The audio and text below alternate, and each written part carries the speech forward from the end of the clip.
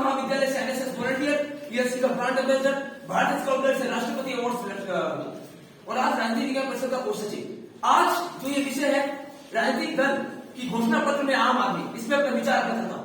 मान्यवर इस जो विषय है इसमें इसकी शुरुआत करने से पहले मैं 4 पंक्तियों से इस 4 गजल से इस विषय की शुरुआत करना चाहता हूँ। कहाँ तो तहता चरागा हर एक घर के लिए, कहाँ तो तहता चरागा हर एक घर के लिए, कहाँ चराग मयस्वर नहीं शहर के लिए, कहाँ तो तहता चरागा हर एक घर के लिए, कहाँ चराग मयस्वर नहीं शहर के लिए। यहाँ दरख्तों के साए में धूप लगती है, यहाँ दरख्तों के साए में धूप लगती है, चलो अब यहाँ से चले और एक नए शहर के लिए।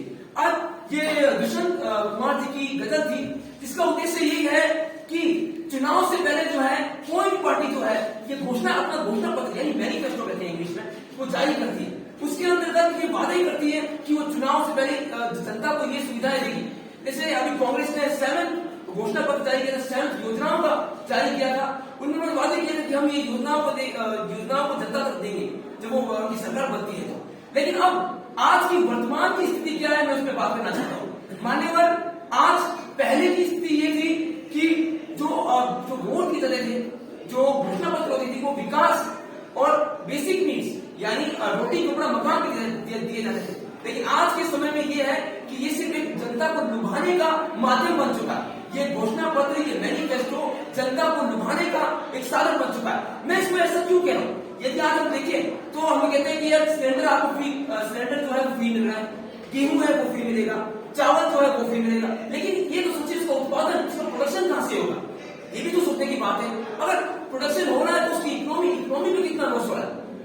मैं बताना चाहता हूं कि in the DPSP, Directive Principles of State Policy, it is clearly mentioned that government has a duty.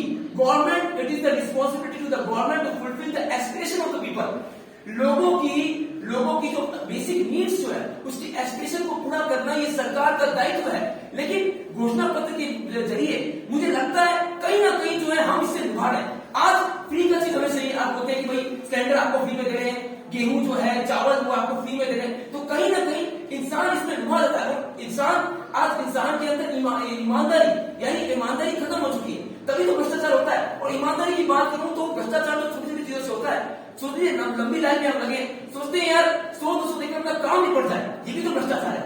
और आज फ्री की अगर आप मान लीजिए आपके सामने 2 चीजें रख दी, एक रख दी कि भाई आपको 20 रुपए में ये चीज मिल रही है, और एक चीज है कि भाई फ्री में ये चीजें आप ये लीजिए। लेकिन हमारा ध्यान फ्री वाली तरफ चला जाएगा, तो कहीं ना कहीं ये घोषणा पत्र से सरकार जो है वो एक लुभाने का काम कर रही है। मुझे तो यही लगता है फ्री में देने से आजकल कंपटीशन किस बात का? आजकल कंपटीशन इस बात का कि भाई विकास का नहीं कि किसने कितना विकास किया, लेकिन आज कंपटीशन इस बात का कि हमें कौन सी योजना फ्री में दे रहा है, किसका बेनिफिट हमें ज्यादा मिल रहा है। ये लोगों की मेंटलिटी बन चुकी है। इसके लिए अगर घोषणा पत्र है, अब उसको जारी करना है, तो मैं तो यही बोलूंगा कि इसको समाधान पत्र दिया जाए। क्यों?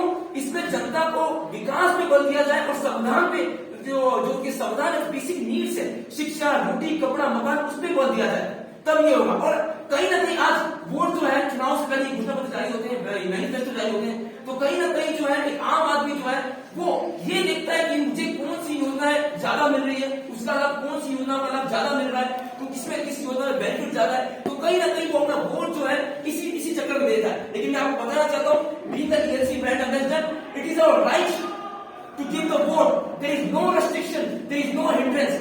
किसी की बाधा में आकर अपने वोट को वेस्ट ना करें। हमारा वोट बहुत कीमती है। और ये ऐसी जो योजनाएं कहते हैं आप सरकार की भाई आपको ये योजना फ्री में मिल रही है, सबसे पहले तो ये है कि भाई फ्री में जो है इसकी चीज हमें छोड़नी होगी। इन चीजों घोषणा पत्र जारी हो रहा है, लेकिन उसमें अपने को जो ध्यान में ये रखना है कि अपने को फ्री की चीजें मिल रही है, लेकिन वो चीजें जो है प्रोडक्शन तो उसका कहीं प्रोडक्शन कहां से हो रहा है, ये बात ध्यान रखना चाहिए। इकोनॉमी पे कितना इफेक्ट पड़ रहा है, इन चीजों पे ध्यान रखना चाहिए, तभी शायद ये सुधरेगा और घोषणा पत्र जो है ये जारी हो, लेकिन वो विकास के आधार पर, एक जनता के समाधान के आधार पर जारी। इसी के साथ धन्यवाद। जय हिंद, जय भारत। मैं